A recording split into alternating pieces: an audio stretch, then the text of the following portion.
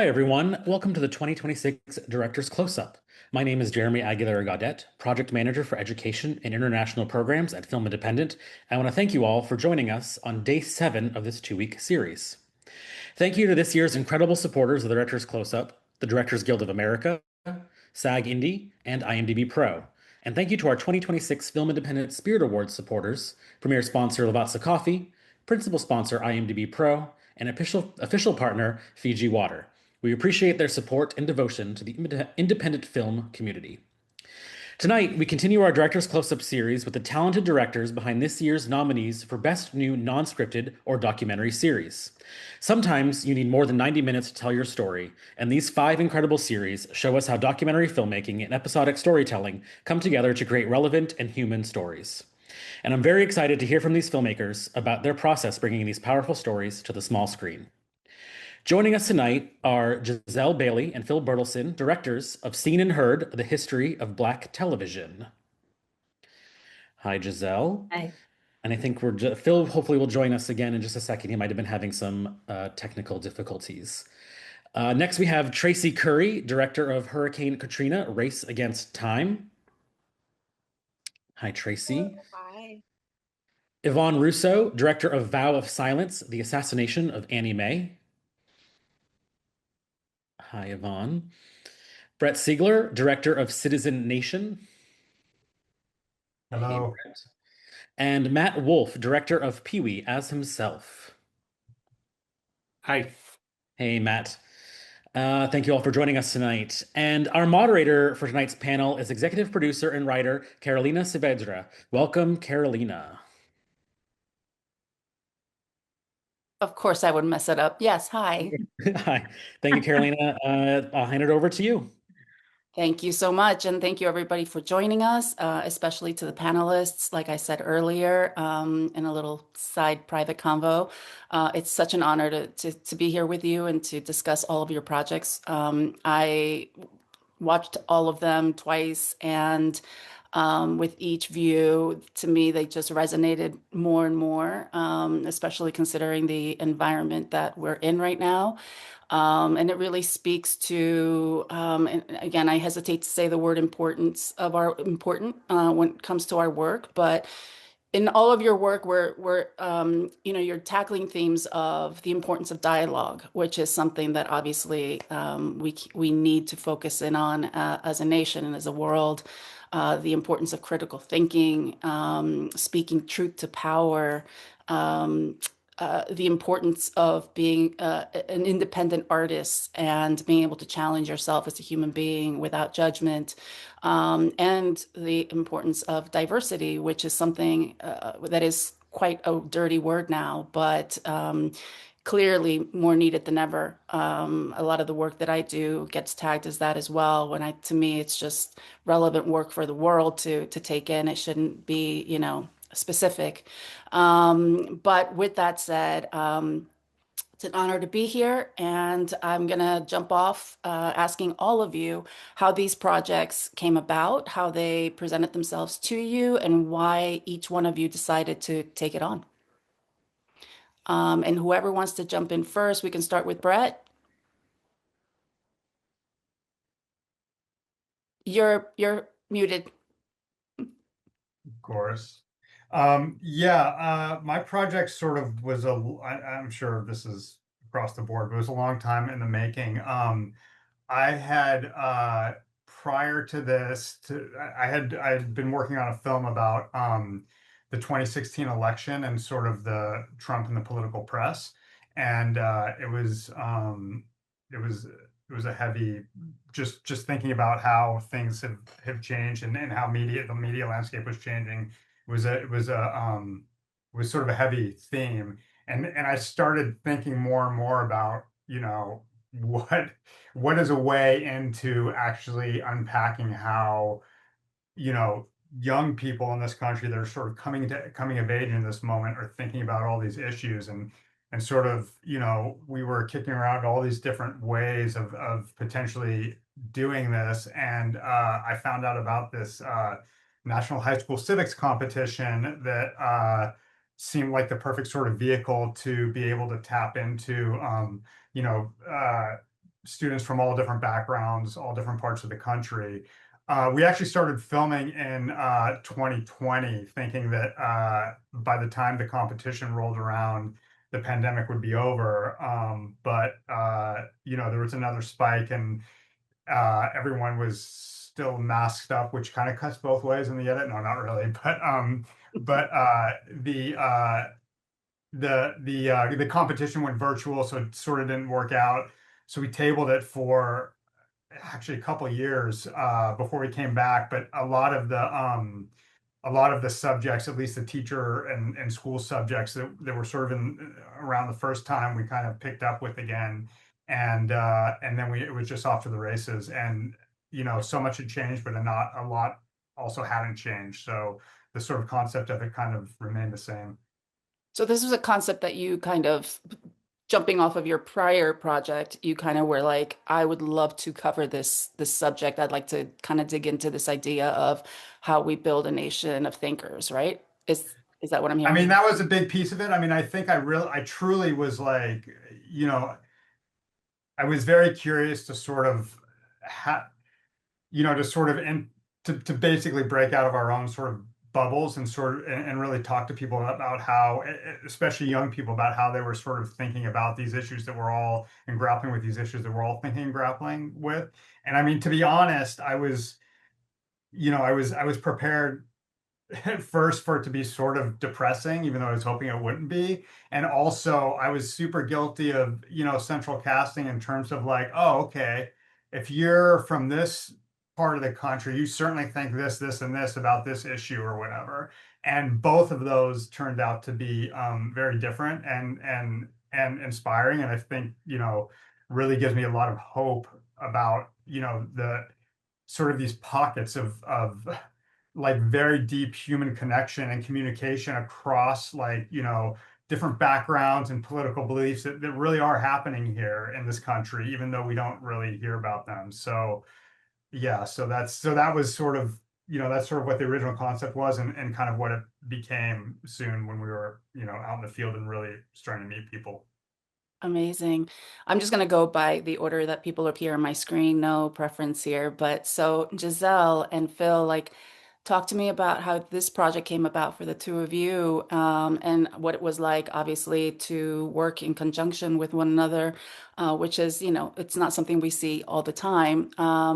But how did this project come about, and what was it about it that, you felt was a project for you to dive into? Well, Phil, do you want to go first and then we can go in the order that we came to the project, maybe? Yeah, exactly. No, absolutely. I developed this project with ARC Media, as a student of Donald Bogle, who is a film historian, and the opportunity came up because Issa Rae and her production company were interested in doing something about the history of Black television, and we got on board quickly and started to shoot some of the last days in the writing room of Insecure, and before we knew it, the pandemic had hit. So, I'm sure there are a lot of long tails of history to these projects, but, what was interesting about the summer of 2020, when production shut down and we were approaching post-production, people were in quarantine and not able to kind of express anything to anyone outside of their own homes. We figured out how to talk remotely to folk, and in that late summer we're able to have conversations with some of the leading lights of Black TV producers and directors, and got an opportunity to hear them speak deeply and intimately and personally about their experiences and what that summer meant to representation and to them personally. So it was really quite a feat. And, the long tail of it all, was such that I, wasn't able to complete the project. So Giselle came along and, took it from there and was able to really expand upon the storytelling that I had originally intended in ways that I hadn't expected. And so what you get are two episodes of TV that were conceived in one way, but completed in another. And I'll let Giselle speak to how she came along and took the reins. It was more of a relay race because it took Yeah. about 5 years. Yeah. Yes, it took quite some time, and I think I came to it. I mean, as Phil was saying, kind of as he was coming off, and Issa and HBO and ARC came to me about this project. I just finished another project with HBO, and for me, I think what's really exceptional about the timing is that we were there to capture kind of the conversation about representation that was happening around COVID and then the steep decline of that representation hitting TV. And so by the time I was talking about this project, it was a moment where there wasn't as much opportunity for stories around from diverse perspectives. As you said, diversity has a loaded at this Call it point. a dirty word. I love that Yeah. word. Yeah, it's Um, and it's true. And so I was feeling that. And so when I saw people even like Issa might be experiencing that, and that this is something that came before us and is kind of a, a up and down, rise and fall kind of roller coaster throughout time. I jumped at the opportunity, not just to tell the story and think about like, what would we lose if we lost this? What does TV and Black TV, how has that shaped who we are as Americans? But also because I wanted to understand, how do we weather these storms? How does my community of people who are making television get through this? And so we got to speak to people who had been through it in the past, but also people riding into the storm, alongside us and thinking about new ways to approach this idea of making TV. Well, the two of you worked really beautifully in conjunction with one another. I have to say, whatever your process was, it worked. And I could feel both the historic, like I'm currently writing a book about Latin American history, and so I'm a history buff, but also making it entertainment and also entertaining, but also relevant to the now, right? And I loved your project so much because like I grew up watching, and I was heavily influenced and raised by the Black community coming into this country. They were the first that embraced me, really. And so I grew up on Mara's work, et cetera. And so like for me to watch this, it just was like getting a big hug, and it was wonderful. So nice job, you two.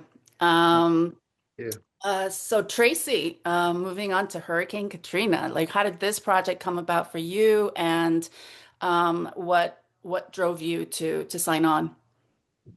This project originated with National Geographic.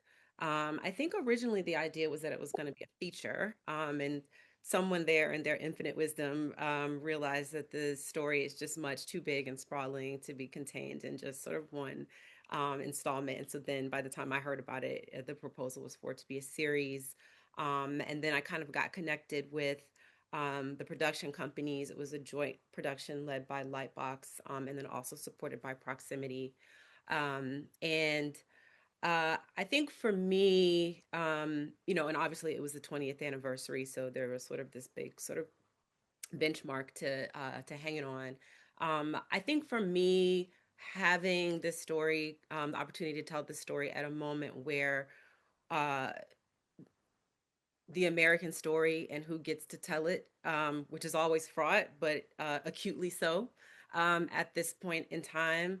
The story of Katrina touches on so much of that, about truth and memory and who we are and who gets to tell the story.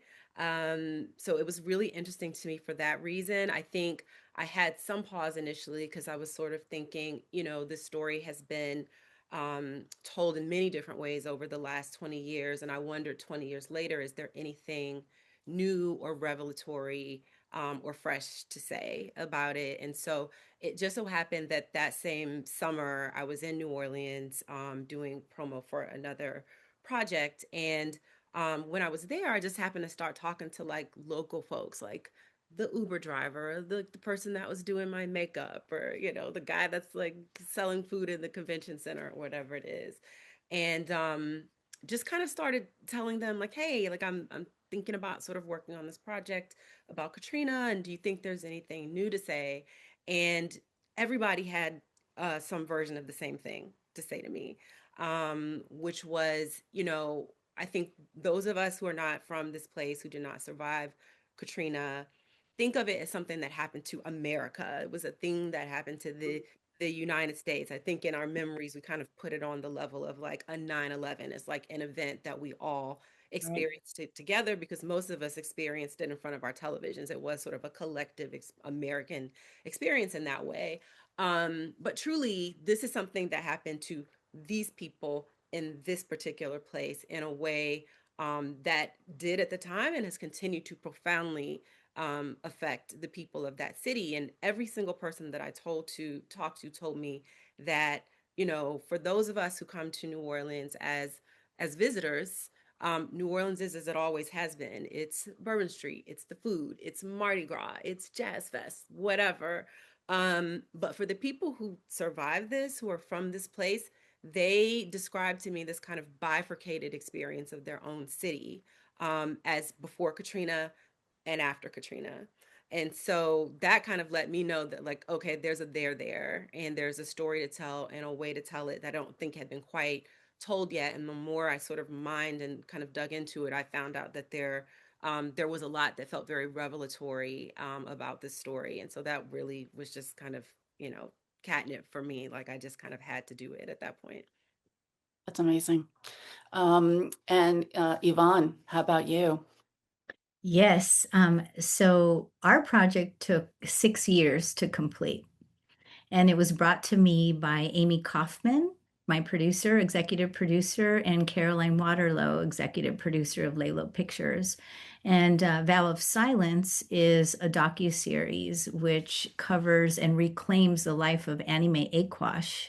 She's a Mi'kmaq woman from Nova Scotia, Canada.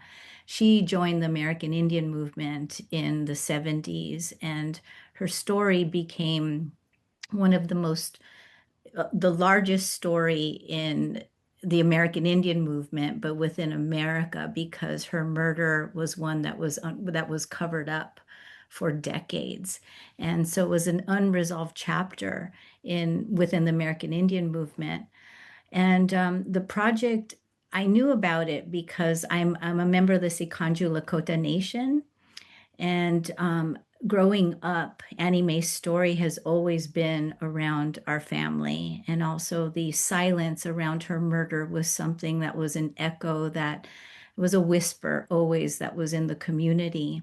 But there was so much fear that was happening during that time that it was really difficult for people to speak about it, especially in the 70s, when Native people were so suppressed during that time with Indian relocation and having to leave the reservations into urban areas. And Annie Mae stood for justice. She fought for rights. She fought for sovereignty. She fought for peace. She fought with the American Indian movement so that our people could be emancipated in the 70s, to speak our language, to practice our religions and to be free. And she was murdered for it. So her story was a pretty big story, and Caroline Waterlow and Ezra Edelman, they had experience, they had worked with OJ Made in America and won an Academy Award for it. So they had been in in the space, where dealing with justice and law and such. And it was Amy Kaufman's first documentary, and I had been working in the docuseries space for a long time with National Geographic and others. And so when it came to me, it was difficult at first, because it was like, wow, like, can I take this story on? Can I really take this on? But I knew that I needed to go back to my community, to speak to the people, to really see who we can find in terms of the elders and voices that could speak to the time, because I wanted those voices to speak for themselves. So anyhow, it was a journey, and it was an amazing journey working on this film.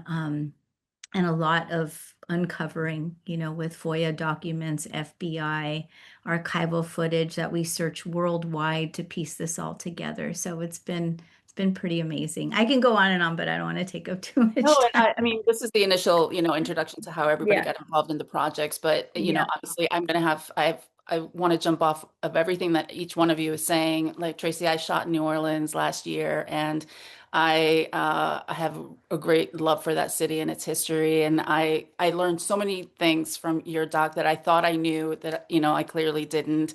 And Yvonne, with you, I heard about this for the first time. It was so eye-opening and awakening, and it just, I feel like we have so much to talk about individually about each project. But for now, we're gonna move on to Matt. Like, obviously, I watched some interviews that you've done, so I know a little bit about what it took to put this together. But I am curious as to how long ago this project came to you. And I know that you were a huge Pee Wee fan, so for you, it's probably like a natural, heck yeah, I would want to do this. But if you want to kind of like break that down for us a little bit. Sure. I pursued it for years. Okay. Paul Rubens, better known as Pee Wee, was sort of my dream subject. And I reached out to him unsuccessfully for a number of years. And then there were rumors in trade magazines that Paul was making a film, the long rumored dark autobiographical Pee Wee film with Josh and Benny Safdie. Wow. And I knew them. So I reached out. I said, I don't know if this is true, but Paul is my dream subject. And I'm trying to reach him. They said it's not true, but we're interested in making documentaries. And at the same time, Paul had approached my producer, also executive producer of the series, Emma Tillinger-Koskov. And he wanted to make a documentary. He was ready to tell his story, but he didn't know how. And she said, well, there's rumors that you're working with the Safdies. Why don't you reach out to them? And he did. And they said, we know a director who would be a good fit. And that began probably like a 6 month process of courting Paul, which, like many of these projects, started during the pandemic lockdown. And I had a lot of time on my hands, and so did Paul. And we would first Skype, then Zoom, constantly. We had hundreds of hours of conversations in which we were feeling each other out, and I was trying to convince him to let me tell his story. Paul had been approached many times. He had created a very strict separation between himself and his alter ego, and was perhaps the most reluctant documentary subject ever. Ever. But he was also determined to tell his story. He also had made the decision he wanted to come out in a film, and trusted slash didn't trust me around that. I'm a queer filmmaker and knew how to handle that and understood his experience generationally, but that difference between us generationally was also a source of conflict. So we were dancing around, feeling each other out, and trying to find a path forward. And after about 6 months, it was like a cloud lifted, and Paul said, I'm in. And quickly, HBO came on board, and production started. That's incredible. I remember hearing that he wasn't impressed with one of your films. Is that true? Well, I had just had a film called Spaceship Earth that had come out. Ironically, it's about a group of 8 people who lived in a miniature, quarantined in a miniature replica of the planet, and it came out right as the lockdown started. It was meant to have a typical release, but it didn't. And he hated that film. But Josh Safdie, to his credit, encouraged Paul to actually watch my first film about a musician named Arthur Russell. And Paul really responded to that. And that sort of opened up his kind of interest in continuing the conversation. And we connected on a very intense level right away. Yeah. I mean, you can tell by the conversations that you have that are on, in on each frame of your project, that he was not easy. But so which leads me to my question of like, first, why was he your dream project? And after this experience with him of 6 months of trying to court him, did your dream of, telling his story, did it start to dwindle at all, or did it make it even more interesting for you? I mean, it's an interesting question. I have never made a project about a celebrity before. Most of my films are about kind of unconventional visionaries who you might say are like hidden in plain sight.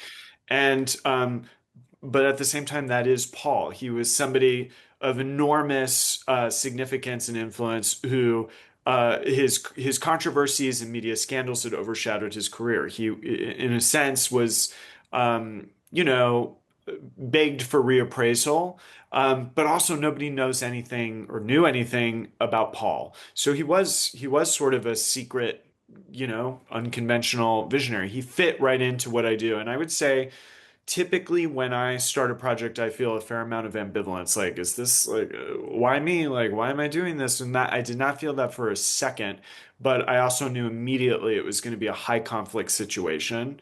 And it was going to be the most challenging experience and relationship of my life. But there was always a sort of competitive dimension between Paul and I.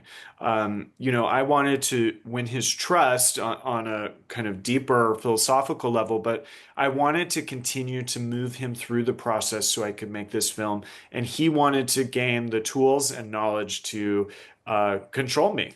And so it was a competitive dynamic from day one. And I wanted to win. I wanted him to say yes and to make this film. But I also came to it with an incredible amount of empathy about what was at stake for Paul. But unbeknownst to me, I did not know that he was contending with his mortality and that he was terminally ill. So that was something going on behind the scenes that I would not learn until the day he died. It's insane. That whole story is so crazy.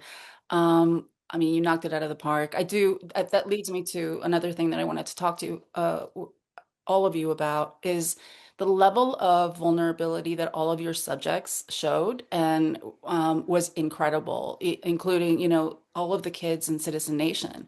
I mean, they are sharing such like private, intimate stories, and that you can, as they're unfolding, I'm like, oh, I see why this kid feels this way about politics, etc. But at first look at them, you wouldn't think that, especially like the Mexican American kid whose parents are living in Mexico and he's all by himself and he's this like libertarian who, and I want to, as a Latina, I'm like, what are you talking about? You're a libertarian. But it is fascinating the access and the ability that you guys showed as directors in getting all of these people to that place. Even like the stories of, Cord Jefferson, like his relationship with his father and how affected he's been because of that. I found all of your projects you guys took that vulnerability and intimacy to the next level. So good on all of you. But like, Bret, how did you identify, especially since you had to do it twice, how did you identify the people that you felt would tell the kind of broad picture of what this program is and how it actually is so parallel to our current universe? Well, I mean, I certainly have to give credit to the rest of my team. I mean, we had another director, Singley Agnew, who was, critical to all of this, and we had a team of field producers who were also in the field, and all of us took a role in different stages at different places, sort of, getting to know and becoming familiar with, the our eventual subjects. I think that in terms of like, sort of, access and sort of making those relationships work. I mean, I think there's two parts to it. One, and it also wasn't just the producers and directors. I mean, honestly, like our DPs, everybody was like very invested in it. And I think that helped.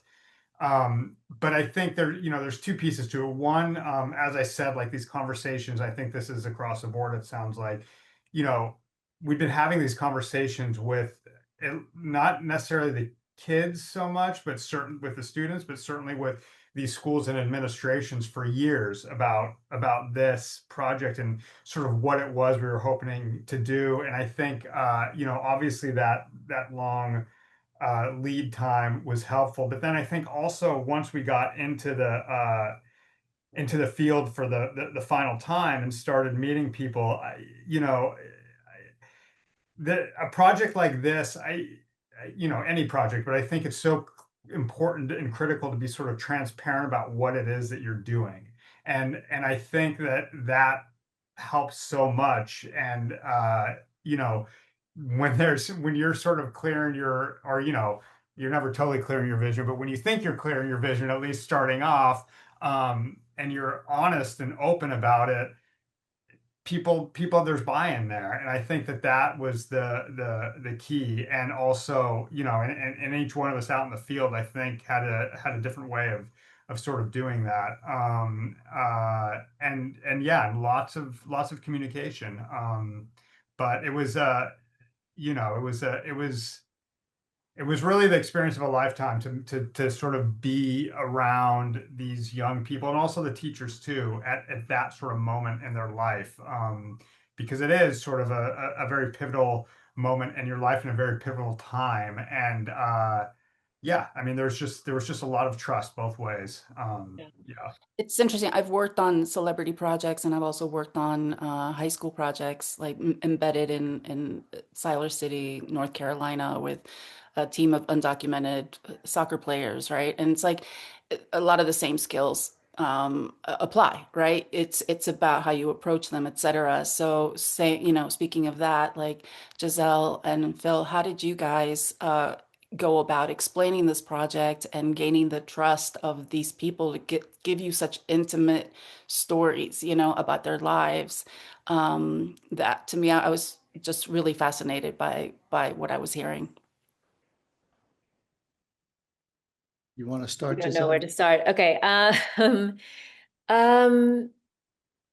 I think some of it is just curiosity. Like we definitely had a really incredible team. It's not just us, obviously, on this film who really thought about and considered what a lot of these people who had done so much press had already said, and like what are the things that um, if we rehash, they'll kind of move into the PR statement of the story of their lives, and try to avoid that at all costs. And also really just had some really great conversations and let them wind to places like with Cord and his father. Those aren't things that you can research and know in advance. They're things that were discovered through spending time together and being willing to kind of go off script. I had a deep curiosity about where these stories were coming from, like what was the truth inside of the fiction of the stories that these people were creating, and trying to kind of reverse engineer and find the root in everybody. And so I think it was partially that, and also an earnestness and an understanding that we were kind of both telling our own story, in that moment together. I think in your case, it may have helped you guys that the goal, right? The common goal of the project, I think, is something that everyone could get behind instantly, right? It's Yeah. like as long as they felt like they were in good hands and they could trust you, it's like we know where this project is going thematically, so we're all on board. Is that part of what happened too? I think I think so. I think there was a level of trust that we were all experiencing something, and so we could say it out loud. And I think that was important, for example, with Shonda, who talked about, going to Netflix and leaving ABC and all of those things that she hadn't. Disney Pass. I mean, come The on. Disney Pass story. Yeah, I think it was maybe written about at one point, but she had never said it out loud. And so this was the first time she was really explaining it in full, and why those decisions happened, what was happening behind closed doors. Yeah, I think it has to do with a shared kind of understanding, and trust, and I don't know, Phil, what do you think it was for you? No, I think that's exactly right. And I think it's critical that producers know the right people to tell the right stories, which is why, Yvonne is the one, to tell her community story. And, when you sit down across from someone, Matt, you understand, what Paul's experience has been. And that, connection, that ability to relate your own experience to theirs is monumental, because what you unleash is a level of trust and honesty, to the point where, I had managers calling me to say, she didn't really mean to say it like that but they got a little too honest, and so ultimately you've got to, trust the trust and manage the trust in a way that rewards the story. And I think that's what everybody on this conversation has managed to do, and that's what brings authenticity to documentary. So Oh, absolutely. I just think that there's always this idea, right, that we're supposed to remain kind of like distant from the subject itself, that we no, shouldn't put ourselves into it.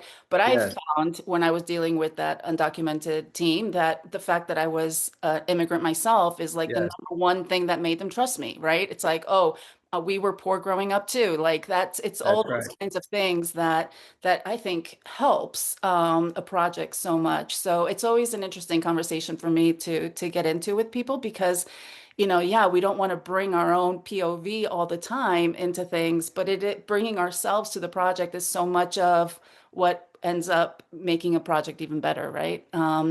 And in your case, Traci, I feel like this is a story that's been so badly told for so many years, and not from the right point of view. I'm assuming that people were a little bit, trepidatious and being part of it and feeling safe, even in your hands. How did you deal with that? That is a very safe assumption. Yeah. I and my great team of people that I work with went into it with um a lot of care and concern. One, recognizing that for everybody that survived Katrina, it was and continues to be a profound trauma.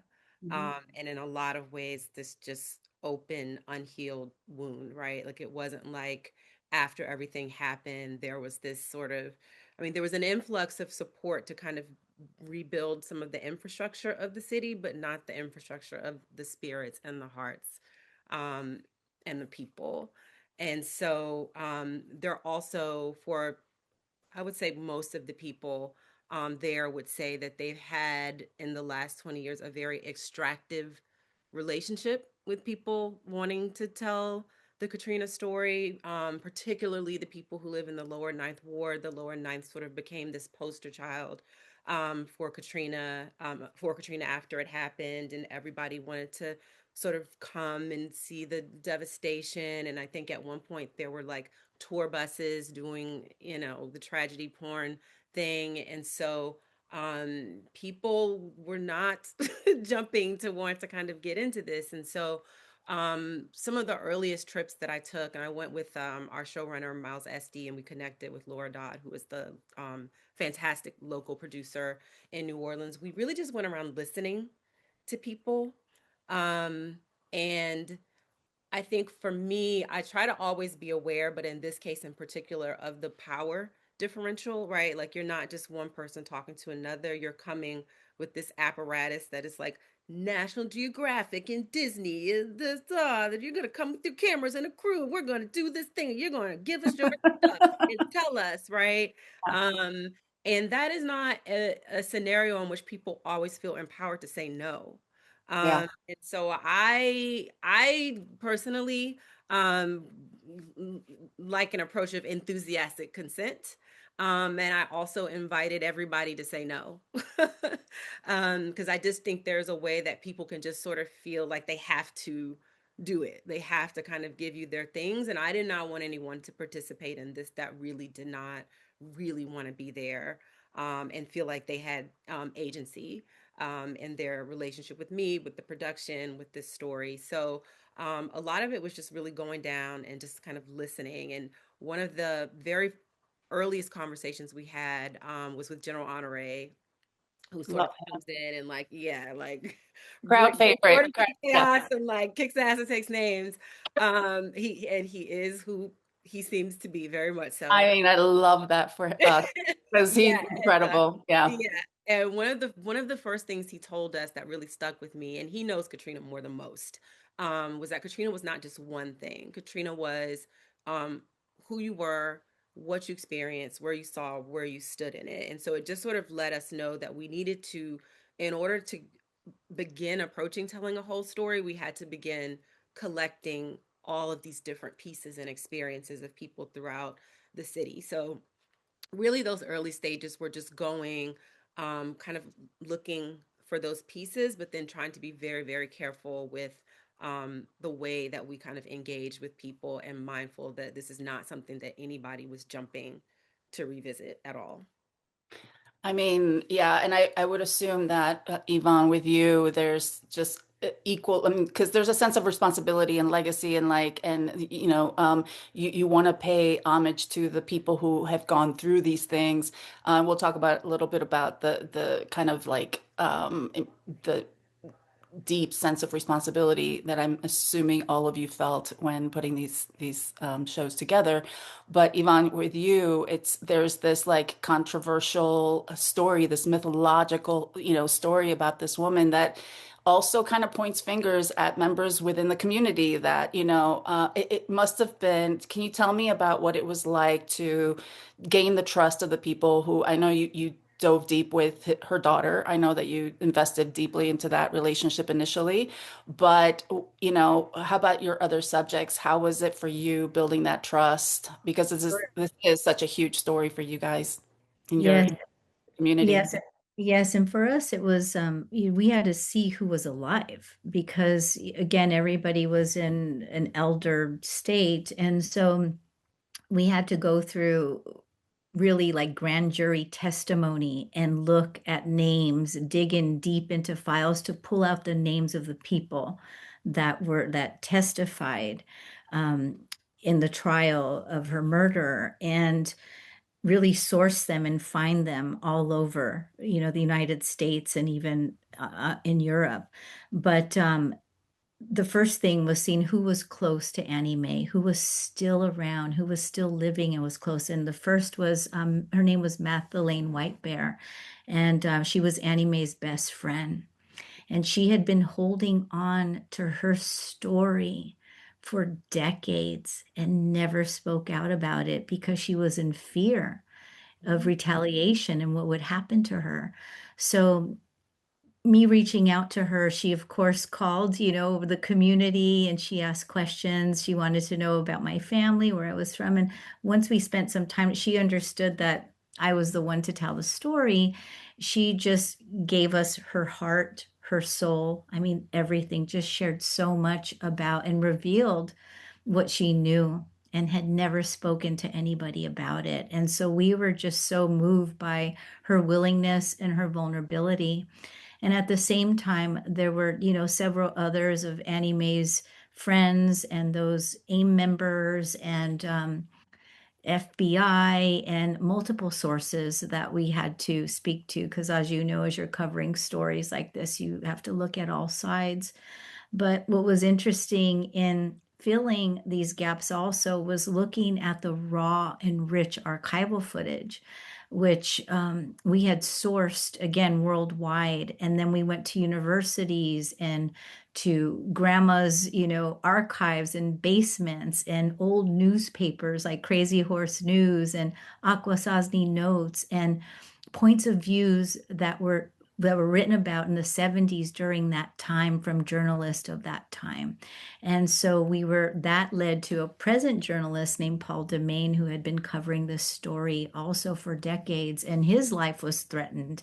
And so putting it all together, I mean, everybody, for us, this was about healing. Annie Mae's story is about healing. It wasn't so, my approach wasn't about, I wasn't going to point the fingers.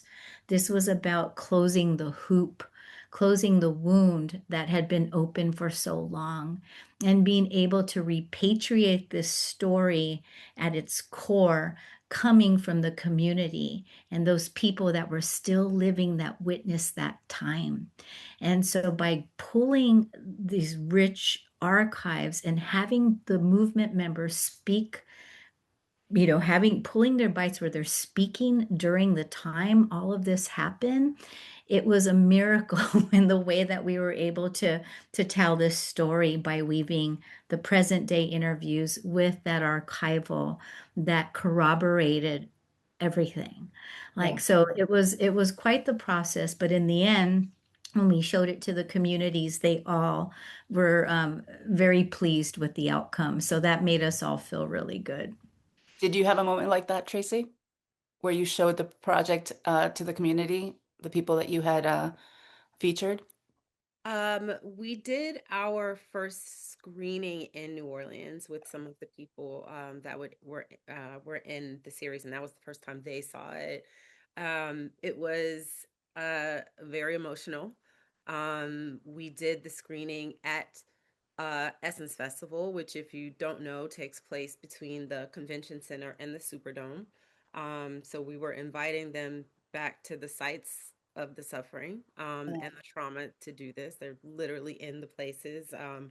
One of the people that you see in the series, Sheldon, who was in the Superdome, to this day can't really be in there too long without it all coming back. So it was very emotional, and I had my hands on all of them the whole time, and they cried and I cried. But afterwards, everyone that we talked to for the series, I heard from some version of this was healing for them.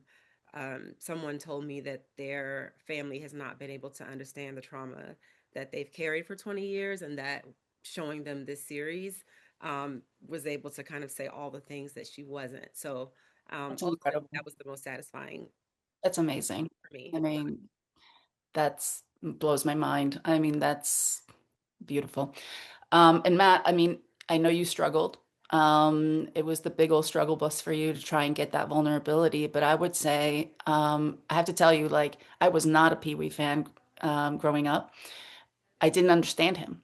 And through your film, I grew to love him. And now I'm revisiting him with completely new eyes.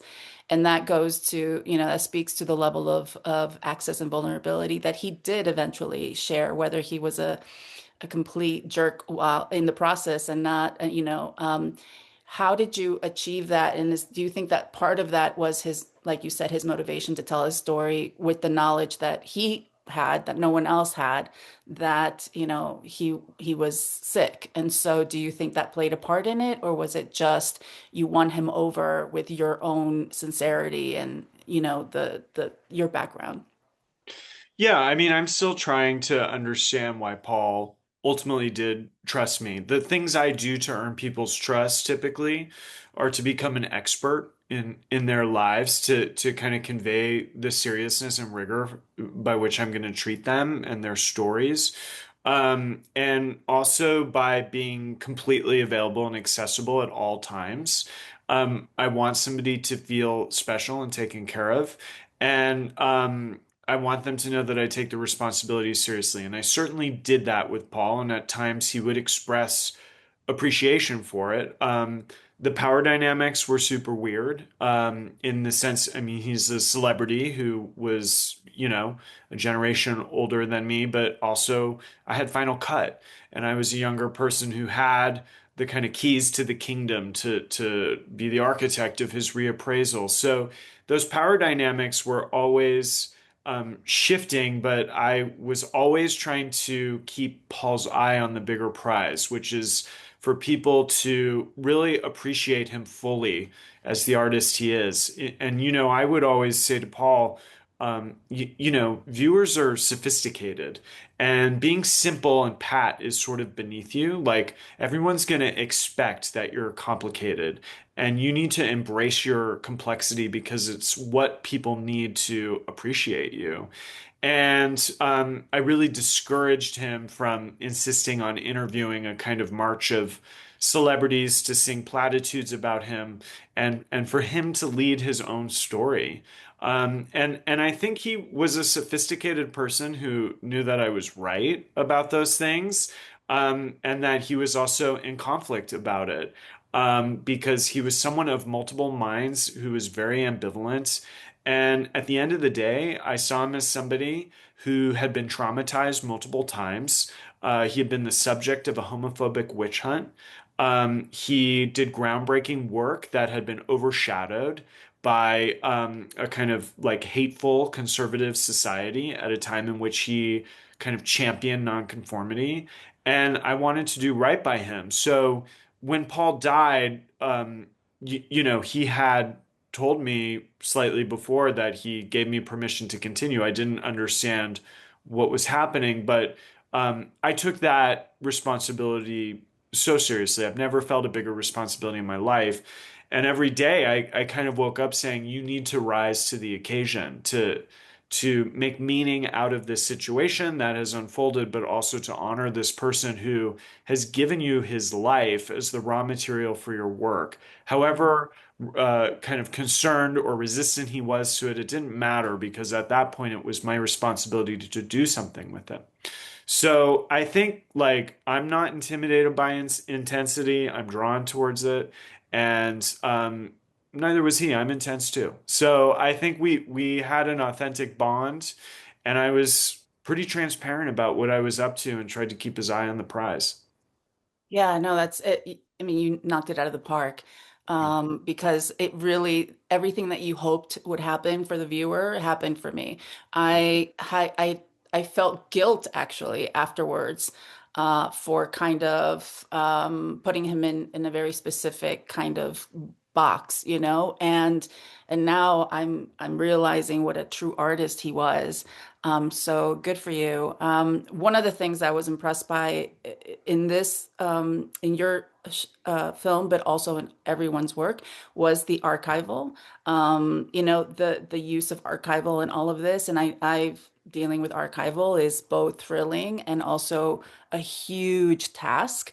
Can we talk a little bit about what that process was like for all of you, starting with Matt?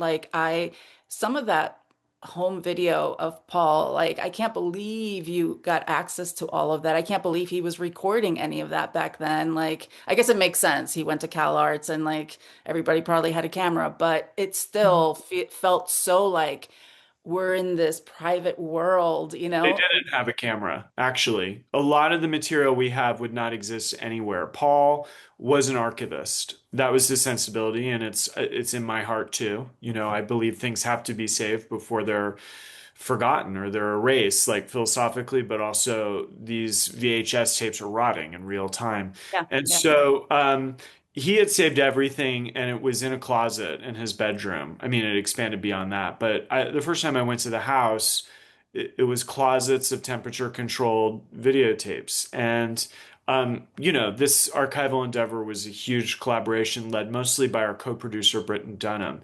And she sat in his house and went through every single tape and hand digitized them herself, sometimes having to work with preservationists to bake them to maintain their image and sound. Yeah. We ended up having over 1,000 hours of archival footage, and we scanned over 10,000 photos. He had many more.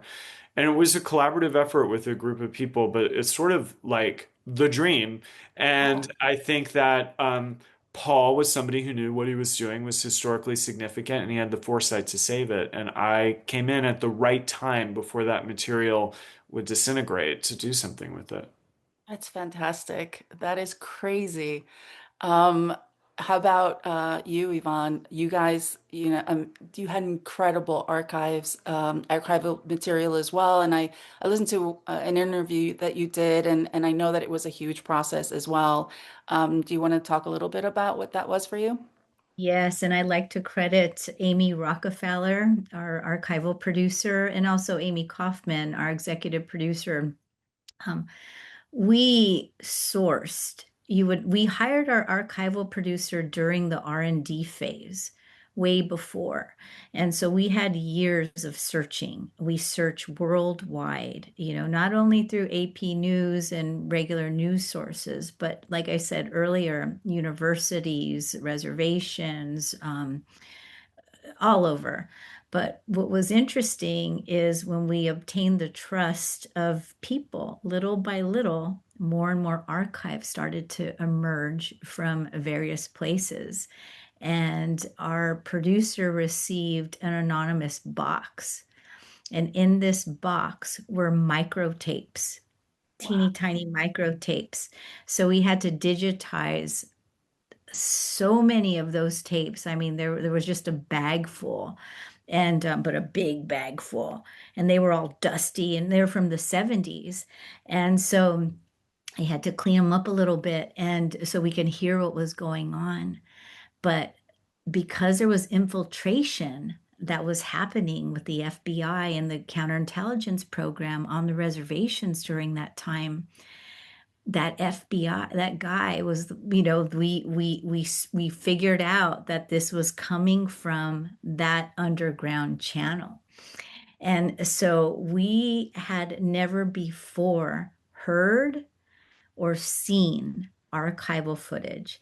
And it was incredible. Like it was that actually, and Annie Mae's voice too. We were able to find a recording of Annie Mae's voice that was her testimony when she was wrongfully arrested for having obliterated serial numbers on weapons in a tent that they had Yeah. found. And so, yeah, so it was just incredibly rich, really, really rich. And then Paul Demain, an investigative journalist, he had boxes of archive from the 70s that he was so kind enough to share them with us. So there's lots of people to credit on that. But yeah, it was wild.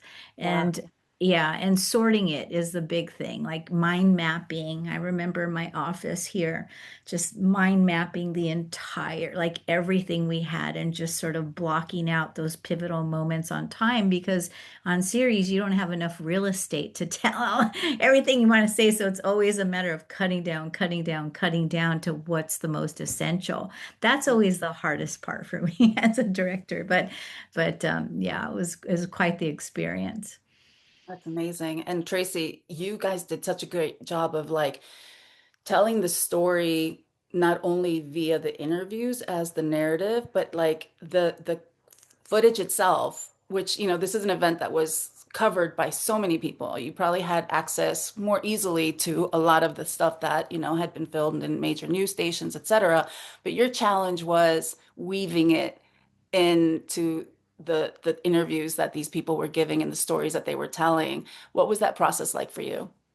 Yeah, well, I would say it's yes and no, in terms of the ease of access to archival. First of all, our archival team is phenomenal, led by Julianne Galdames. They were just dogged in their pursuit of everything. Um, Katrina posed a unique challenge when it came to archival because number one, the people that we were sort of centering in the story are people who quite literally had all evidence of their personal archival history washed away. These are people that no longer have their wedding photos. They don't have their kids' graduation picture. Like it's all gone. They have none of it. That's a great point. Yeah. And so number one, and number two, people were trying not to die. And so Shelton, who was in the Superdome, was very unique in the sense that he began recording from before the storm came and continued through this hellish experience in the Superdome and after. But most people were just trying to live. And so, this is pre sort of cell phone. No one has, one of these in their hand all the time. Yeah. Yeah. Yeah. Yeah. And to the extent that there is a camera nearby, it's either underwater or you're trying to keep yourself and other people alive. So really, it was just searching high and low, every corner, every lead that leads to the next one, that leads to the next one, that leads to the next one. And what we ended up doing was sort of this associative editing process. So while, the person that we spoke to, who was trapped in her attic as the water was rising for 2 or 3 days and nights, was not recording. There's someone else that was. And so we're able to kind of take that footage and capture the experience of that person in a way that both made it very, very immersive to that person's unique experience, but also communicated that this was a universal experience for thousands of people that were kind of living through that. So we sort of navigated it that way. When it came to the media footage, there was tons of it, right? Like I said, it's how we all experienced this by watching it through the media. But that also posed a challenge because part of the story that we're telling is the way that the media narrative criminalizes people and then justifies the use of state violence against them, which is what happened to the people of New Orleans. And so we couldn't just use the media footage as is. We sort of did this unraveling of it in our episode where we're kind of exploring the media stories and the ways the people of New Orleans were really dehumanized in the media coverage. And we sort of begin with the media presentation and then we begin to kind of unravel that footage. So, you know, a lot of the face of the sort of disorderly blackness in New Orleans are a lot of like shirtless young black men that are just sort of out getting survival supplies and things. And in the original media coverage, that is the face of the disorder. Shooting. That is the face of why the National Guard needs to come in and start pointing their guns at people. But in our story, we unravel that, and you see a young man that looks that way, appealing to his mother and his grandmother, and I'm your son, and my heart is hurting right now. So even though we had access to all of that media footage, we also had to be sort of very intentional in the way that we were using it to tell the story that we were trying to reveal, which is in fact these sort of very close bonds of kinship and community that the people of New Orleans are known for did not break during the storm, but that they maintained and people held each other together. So it was, you know, navigating kind of all of that with a lot of care and intention. Yeah, and it shows. And I have to say, I read this one. I mean, I read many that were glowing, but I read this one comment um, about the project, which was like, it was fantastic, but it was mired in personal opinion, right? And I feel like I want to talk to you guys about that because all of your work, you know, clearly you have a vision for it. You have an idea of what you want to, you want the project to be. How do you guys navigate that fine line of like putting your point of view into something? So, like clearly, Traci, you weren't going to tell the traditional story of Hurricane Katrina. You were going to want to get to the nitty gritty, and of course, those stories are personal, and it's not. And like I hate those kinds of comments because I think the work that feels most powerful to me always comes from a very specific point of view. So how do you guys deal with that when you get that, if you've had that kind of critique about the work being too opinionated from the director? I'll just say, since you Yeah. said my name, I was very transparent from the very beginning with everybody, with National Geographic, with Lightbox, with Proximity, that I do have a point of view on this story. I've been asked a bit why we didn't put George Bush in it and why Michael Brown's not there. And I didn't really care what they had to say, honestly. For me, this was a people story, point blank. And I felt like we've heard those guys take on it. And we've heard George Bush say Kanye West say he doesn't care about black people was the worst thing that ever happened and whatever. I was not interested in that. You get the perspective of those people in the series through their voices in the archival, but for me, this was about restoring the story of what happened to the people of New Orleans, and I was very, very clear and transparent about that from the beginning. That was definitely a bias or a point of view or whatever it was on my part. But I just felt very convicted, like I said, after listening to what they have to say, that this is the way that this story needed to be told 20 years later. And Giselle and Phil, did you guys have the same kind of perspective on it? Because you are making a statement about the erasure of our history, of well, your history, but I mean, it's happening to Latinos as well. So, just the erasure of the history of you know Indigenous people, Black people, brown people. It's happening across the board. And you guys make that point very, very strongly in your project. Like, have you faced any of that kind of critique? And if so, how do you feel about it? Yeah, you know, with all of these projects, they're communal. There are a lot of different voices and ideas about what the story should be. Um, and yeah, I do think that I think we both came in with a lot of clarity about what we wanted to explore, what we wanted to say, but more so who we wanted to say it. Whose voice did we want to hear? And what was the approach to the story? I think kind of even in thinking about your question about archive, um, I definitely did not want this to be our story is about archive, right? It's about television shows. And it could very easily slip into something that just feels like a clip show or just embracing kind of the highlights of what's happened or what we've been able to accomplish over time. But the story is so much more complicated than that.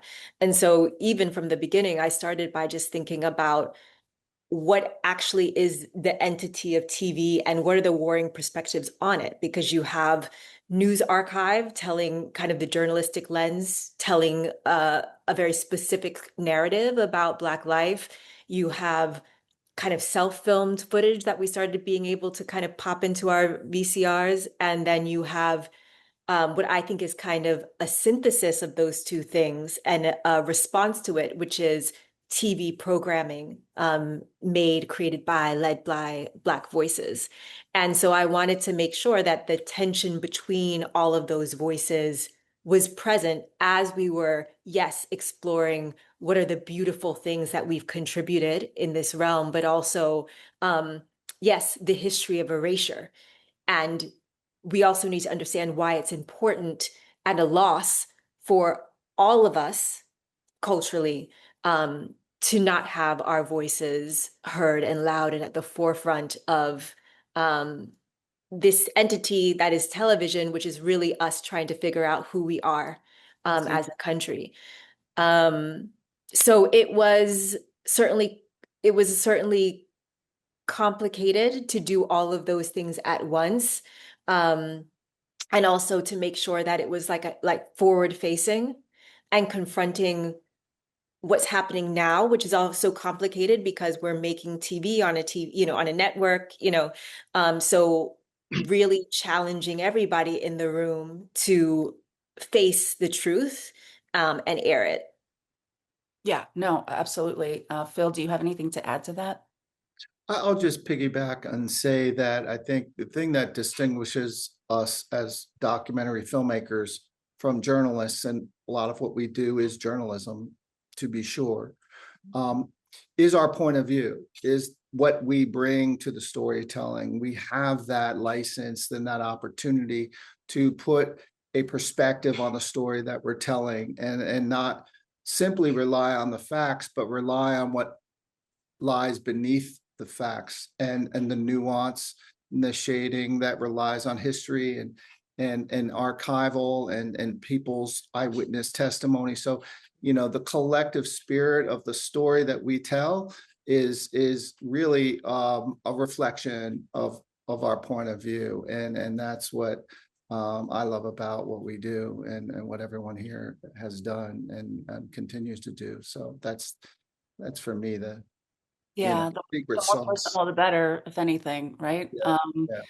And Phil, I'm sorry, Brett, did you have like a very specific story you wanted to be told? Your project, more than anything, I feel like it's more fly on the wall and like you're following, but there are, I'm assuming, like principles that you want to touch on, right? That you want to make sure where you are discovering. How did you go about that? And were there any major surprises for you with what you went in wanting to tell and like what ultimately was told? Well, I'll answer the easy part first. Basically, everything was a surprise. Like I said at the beginning, I had a lot of assumptions that were, proven to be wrong over and over, which was so exhilarating, honestly. My background is actually in journalism, and our the production company that I've been lucky to do a lot of projects with, Retro Report, is sort of rooted in documentary. From a lot of us are journalists, and that's sort of where we come from. Not that you know whatever that means, but I think that this for this particular project, the if you want to call it a point of view or whatever, what we were really trying to create here was a space in which, I mean, this is a time of sort of self-discovery, and people trying to figure out how to have civil discourse. And so we really wanted to create a space where, you know, the students and teachers and everyone alike who are thinking deeply about these issues, whether you agree with where they kind of end up with or not, but the fact that they're thinking deeply about them and willing to have civil discourse about it, we just wanted to sort of create a space where those things could sort of happen, and we could kind of, I mean, not that we're creating that space, but we wanted to be in those spaces where that could happen, and sort of be along for the ride as people's sort of views evolved and the way they thought about things. I mean, what was fascinating about the year we were with all these people is, going in, it was like, I was thinking so much about, oh, okay, so these kids are thinking about the Constitution and social studies and sort of like how the rule of law and how our country works and how democracy functions. And clearly, everybody's own experiences and backgrounds that they have informs the way that they sort of think about that. But which is all true. But what was so interesting about doing sort of a longitudinal study like this is, I think that as these teachers and students alike sort of went through this process of this competition and were thinking deeply about these democratic principles and sort of everything around it, it kind of became like a two-way valve, and sort of the way that the discussions they were having, the way they were thinking about it and thinking deeply, deeply, deeply, it actually, for a lot of people, they reflected that back on their own experiences, and it became this like almost like like cycle, which was so incredible to watch. So yeah, I mean, I think, yeah, that's just a long way of saying that our goal was really to sort of be around those types of conversations and experiences and discoveries, and really celebrate people who are challenging themselves to think hard about hard issues. So yeah, I think that's what I'd I say about mean, that. especially with the growing kind of resistance to intellectual thought, it's one of those things where it's like, I'm sure it was super rewarding to see that there is there are kids and young people who are not shying away from having those conversations and thinking deeply into the things and, that. and also just face-to-face conversation and face-to-face discourse. I mean, that just it's just we forget that we forget like how much our shared humanity rises to the top when we're talking Yeah. to somebody to their face, and to see that is incredible. And like at the end of the day, what this yes, it's like civic discourse and the tenets of our Constitution, our kids doing this competition and their sort of political coming of age. But to me, what this series was ultimately about was, it was showing people from all different backgrounds, all walks of life, coming together to do something for the common good. And Yeah. under the auspices of this competition, but ultimately that's what it is. Like, let's create this space where we can challenge ourselves with these issues, and discuss them under the rubric of this competition. And yeah, so yeah, that's what I would No, say. I love that. Thank you. There is an audience question for each panelist. Why a doc series versus a feature doc? And Matt, if you want to take it. HBO does two-part biographical series, and I think so many things are too long. And I was like, can it be like a feature? And they were like, we'd really like you to make it a two-part thing. It's like, okay. And then when I was editing, I'm really into the prehistory of like the main thing people are tuning into. And it was like 45 minutes in, Pee Wee Herman was created. So it became clear to me that I needed that real estate, that they knew that more than I did. And it is the longest thing I've ever made. But I really, I conceptualize and cut and produce my thing like a movie. It occurs over two parts, and there's a natural break, and kind of randomly, both parts are the exact same length. Both are feature length films, basically. So I didn't make it like a series in the traditional sense, but I was guided by HBO to the format, which works well for them and really worked well for this story. Awesome. It's so Yvonne? funny that that's the opposite for us because we were offered a feature and when we broke story and really again we're talking 50 years of information, and it was like there's no way that we would do justice, with a feature. So after breaking story, I think we came up with 6 episodes and then eventually kind of tightened it up a bit and we ended up with 4 1 hours. And that was a way that we would serve community with story. Because for me, in terms of point of view, Annie Mae she was deceased. So we had to embody her again. And embodying her as a director, I had to be her. I needed to walk in her shoes. And where she slept and camped is where, as a kid, I grew up. Wow. Where ceremonies that she went to, I was also there as a kid. Yeah. Places where she was in Wounded Knee and Pine Ridge, I was there. So I knew the taste, the grit, the smell, the feeling, all of that. And so to capture the essence of that, we needed some time to do it in the way that it needed to emotionally resonate. And we didn't want to sensationalize violence, so the project is really about, it interrogates silence Right. because silence is a weapon. And then who benefits from the silence? Who's erased by it? And how the systems of power weaponize it. So that was sort of the thematic spine. And when we were able to figure that out, we were like, okay, it has to be this docu-series. That's fantastic. How about you, Traci?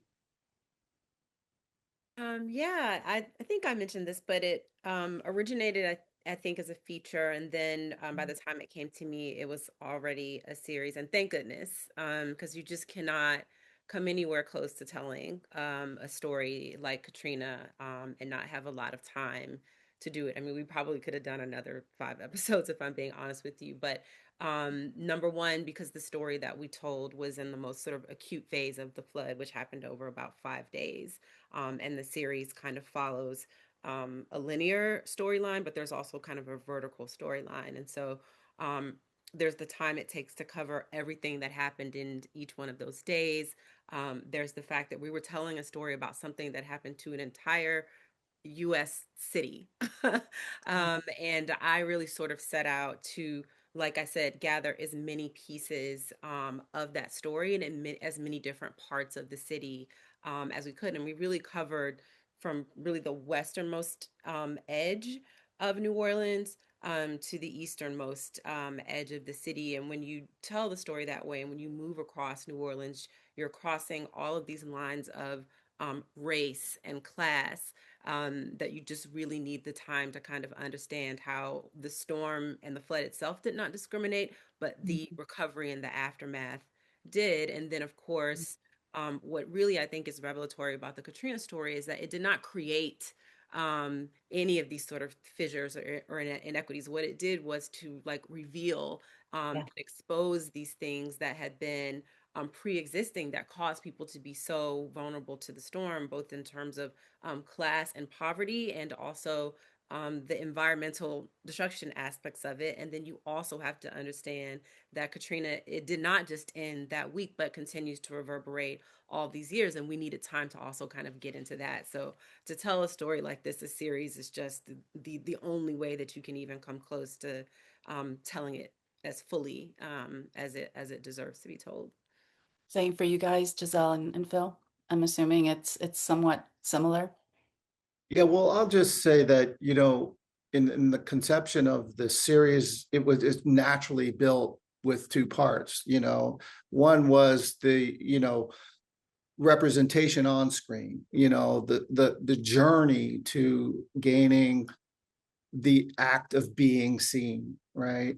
And the second part of that journey was the act of controlling what is seen, how you are seen, and who manages that narrative. And that's the herd part. And so it just fit into a two-part rubric. Man, I didn't even know that was HBO's recipe, but fortunately, they stuck with it, and that's how we ended up. But I heard recently Ryan Coogler, who's the most Oscar-nominated filmmaker of all time, Amazing. reflect on this idea of series versus feature. And what he was saying was so resonant with me was that, the feature is a moment in a character's journey, but the series is the journey of the character. And I think in our case, the character are ourselves and their representation on screen. And so we needed more than one episode to tell the journey story, and which went beyond the character story. And so that, for me, is why it requires more. And fortunately, documentary gives that opportunity. Well, that's amazing. And Bret, yours, I mean, you're dealing with so many people. There's in various different schools in different states. I mean, the project is immense. So there's really it from just the point of conception, it was never meant to be a doc, I'm assuming. Yeah, no, I mean, a piece of it was, as we all know, America's a big and complicated place. And for this sort of, for this conceit to work, we needed to sort of represent as best we could the tapestry of America. So yeah, we conceived of it as a series from the get-go. Yeah, that rings very true to me. We only have like 7 minutes left, but I want to urge the people watching, the audience, if they have any more. There's one question from David. I have a very complex doc that will probably total out around 4 hours and could be broken up into two parts with a natural break. Does HBO want to see one big movie or pre-cut for a two-parter before acquisition?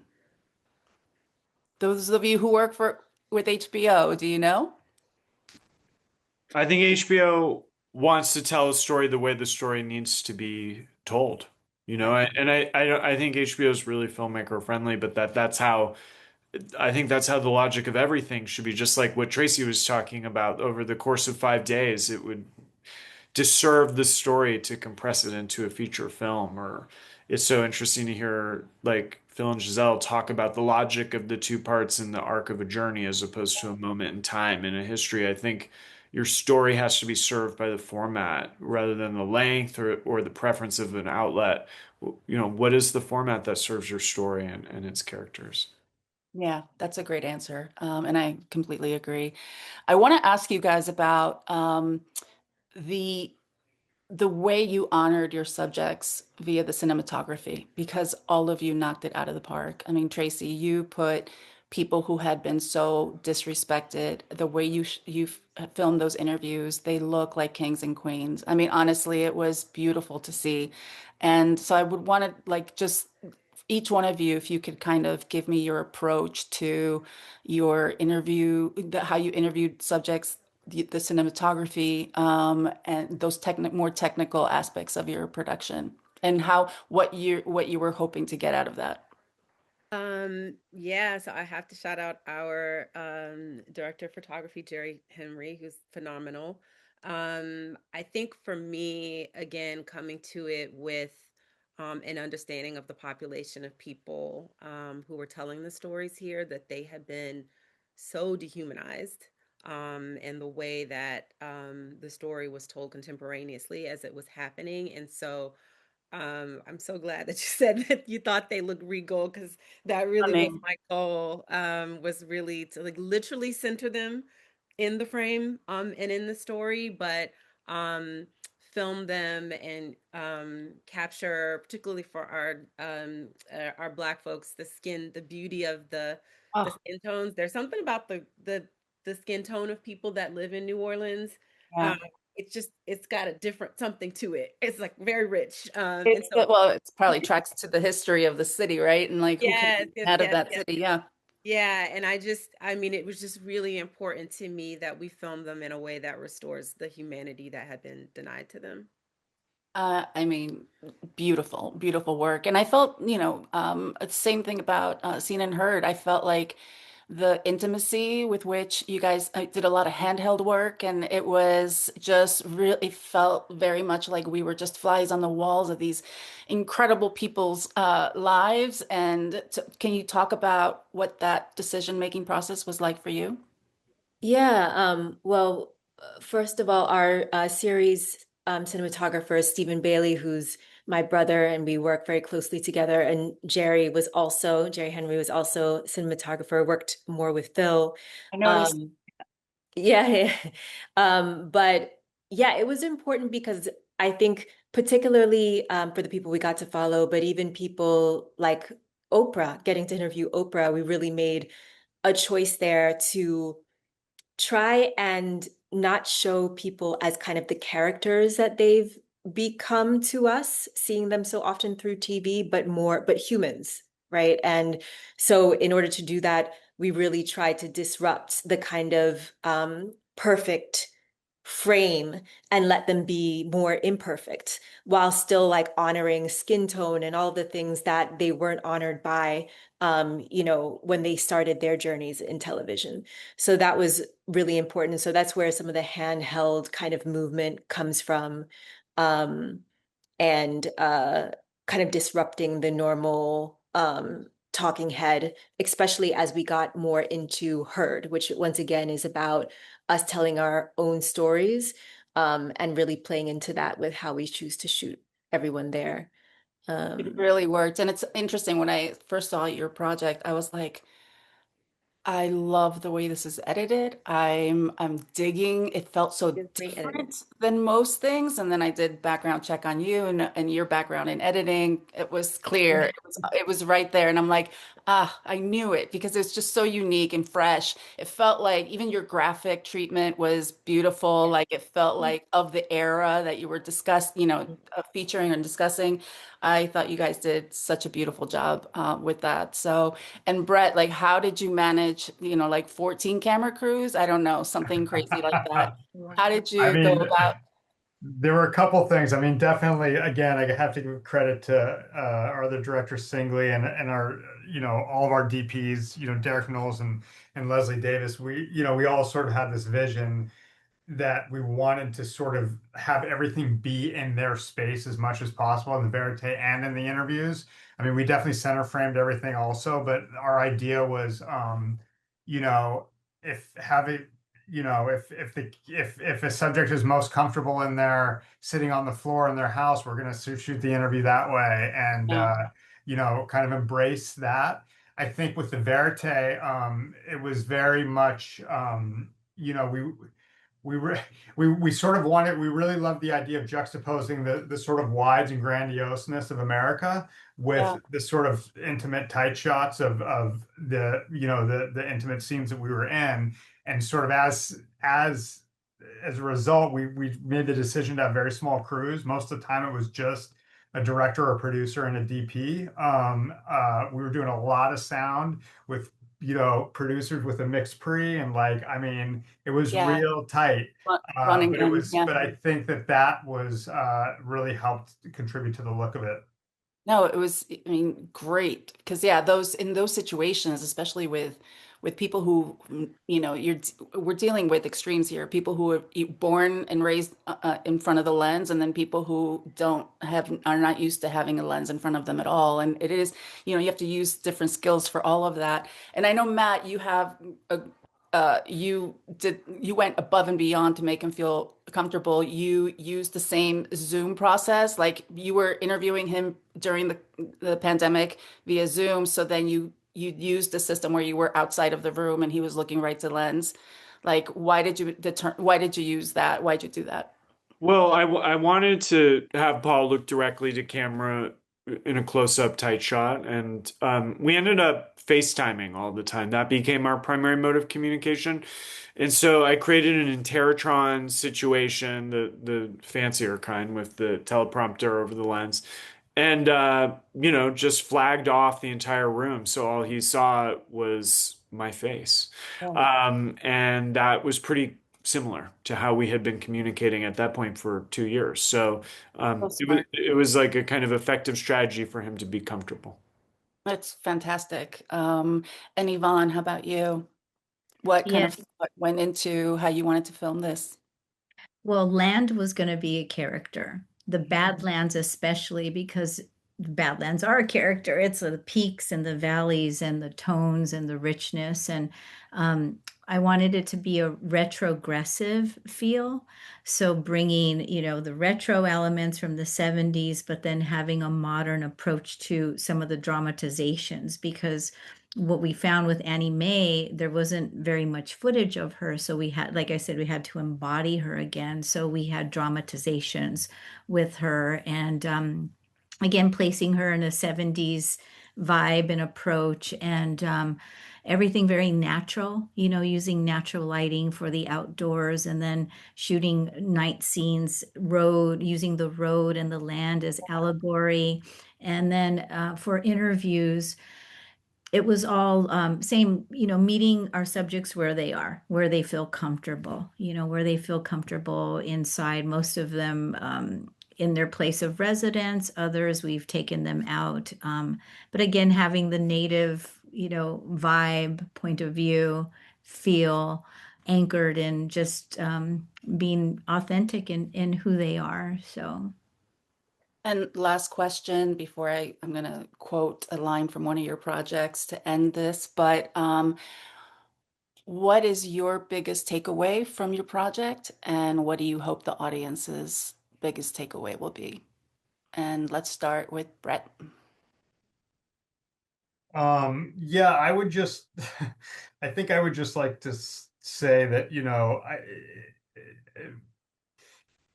I think it's very easy and true to sort of feel discouraged about where we are right now as a country and as our communities and globally and it can feel like the end of democracy is here, and I don't know, maybe it is, maybe it's not. But I will say that there are these pockets all over this country where people with different backgrounds they have real relationships with each other, and they are coming together in ways that mean something to them. And I think it's it's good for all of us to sort of, when we can, find those sort of communities and celebrate them, and I think encourage them to to hang in there and learn something from them. Amazing. Giselle? I guess there's similarly, I think I did walk away with a lot of hope and went in with a lot of anxiety in making this. Just seeing that I think we kind of are our own answer, our own solution to the problems that we face, and banding together, teaching each other. It sounds like platitudes, but it's not. I think it was nice to see the evidence of the history that, in fact, like a lot of culture solutions, the way we think about TV shifting, have been born from us. And so I think that was exciting for me. And I hope that's the takeaway people leave with after watching the series. Amazing. Phil? I love hearing that, Giselle, because I came into it with a lot of anxiety and left with a lot of hope, and that ultimately history for me always tells the story that we've been here before. Yeah. And we've overcome greater odds, to be honest. And the act of being seen and being heard is a constant evolution of this democracy that is, not dead, Bret. It's just a work in progress, and that we have to continue the work in order to progress. So that's what I take away from No, it's a great point, but I also, and this is a sidebar conversation we'll have another time, but it's just the frustration of, people of color having to constantly make constantly. make stories that are like, please Yeah, hear me, yeah, please right. tell me something, Raise your hand. Yeah. as opposed to having the privilege of like making a film about whatever we want to make. We're constantly fighting just to be recognized, whether it be in history or in other ways. But yeah, I hear you. Yeah. What about you, Traci? I think I'm gonna echo, I think how we're all sort of feeling, and what we're all getting at is that I don't think any of us can look at any of our work in a vacuum or disconnect it from the moment that we find ourselves in right now. And so for me, it's also hope. There was this line that we had that I really loved in the trailer for the film that said something like, you know, the government broke, the levees broke, and the people did not. Mm. And I think that was true during Katrina, and that continues to be true today. So to the extent that I have any hope, it's really in the power of people and community standing together. And yeah. Amazing. Yvonne? Our series, it really explores more, it's about moral inquiry, and it also talks about, we talk about the current epidemic of missing murdered Indigenous women, where for Native people, the past is still present in Indian country. And, in Vow of Silence, it's really an act of preservation and remembrance and justice, for Annie Mae, but also for the present day families that are going through the missing murdered Indigenous peoples epidemic that's happening in our country right now. So, this goes beyond, what we can share tonight, but I think, in acknowledging and as Indigenous people repatriating our stories and into a light, but also like bringing hope and faith and healing and is really important for us. Awesome. And Matt? I mean, my takeaway is very relational. I mean, I made a film about one of my childhood heroes who died when I was making it. So I think a lot of what I take away is the intensity of that relationship, which will never leave me, but also um, I think I left it understanding how much we ask of people when we make films about them or with them. And I kind of always knew that, but now I really know it. I understand how high the stakes can feel and be for somebody and the level of responsibility that we carry. And I can put myself in the shoes of subjects in a way I couldn't before. So that really has been my biggest takeaway. That's incredible. Well, we are out of time, but I want to quote the great Lena Waite when she said, "We have to tell our stories, tell them honestly, and reflect the times in which we live, so that we maybe don't have to keep reliving them." And I think that that is like a beautiful statement that applies to all of our, your projects. And I thank you so much for being here. Thank you so much for your time. It's been a real honor, truly. And if you guys are going to be at the Spirit Awards, I would love to say hi in person. But thank you so, so much. Thank you. Thank Have you a so great much. night, you guys. Thank Wonderful you, to have everybody. you. Thank you. Appreciate Good it. night. Thank you.